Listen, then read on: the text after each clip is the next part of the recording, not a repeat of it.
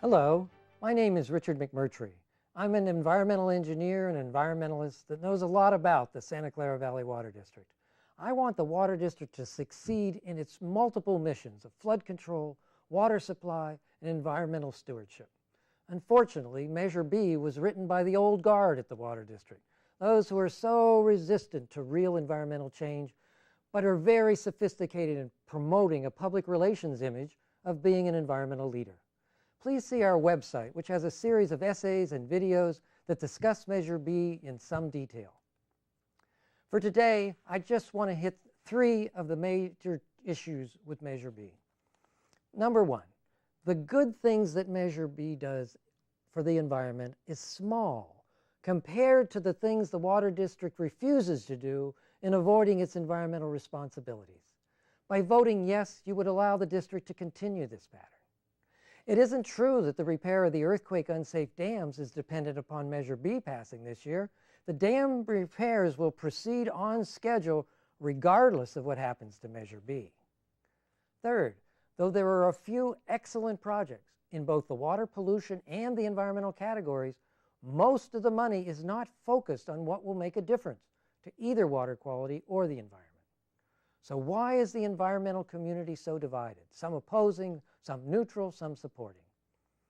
Those opposing want to see a tax based on applying the best science and engineering in a practical, down-to-earth way that gets results for our streams and for flood protection in a balanced way. Those supporting Measure B can divide it into several camps. First, the influence traders.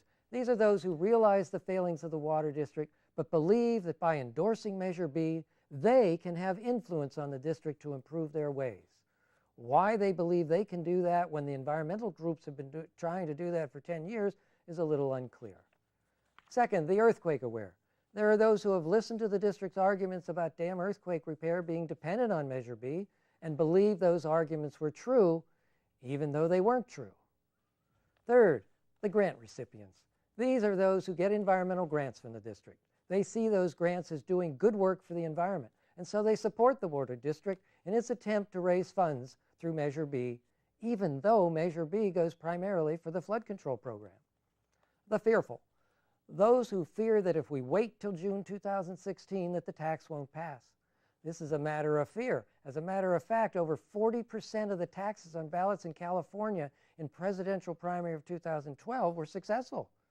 The district is using the fear of losing in the future to disguise that June 2016 is a good time to try again with a better, more effective tax. The realists. The district has promoted the idea that those who oppose Measure B are looking for perfection, and that Measure B, though not perfect, is a good measure. The argument appealed to many people who are suspicious of those who are purists and nitpickers. But nothing could be further from the truth. Those opposed to Measure B don't want purism or perfection. They want results and they want good government. The loyalists.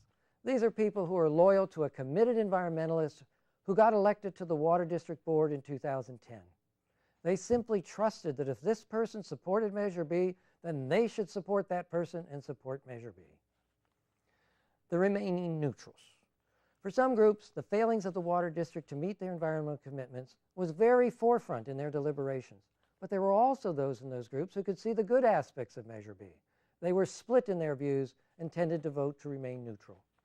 The point of all this is to illustrate, when you look at the list of endorsers, keep in mind that some of those endorsers endorsed for the reasons I just mentioned, which are not valid reasons for making a decision over a tax that impacts $700 million of spending and will determine whether the district moves in the direction of environmental stewardship or away from environmental stewardship.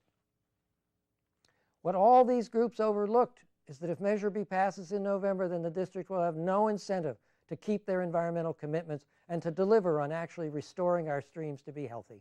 They will have 15 years of funding. They won't need a 2/3 vote till 2027. What I would urge you to do is just consider the fact that the environmental community is divided and consider the questionable rationale that some groups use to endorse and take that as an indicator that something is very wrong with Measure B.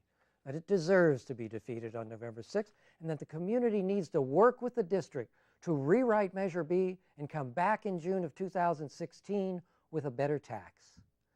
Thank you, and please see our website.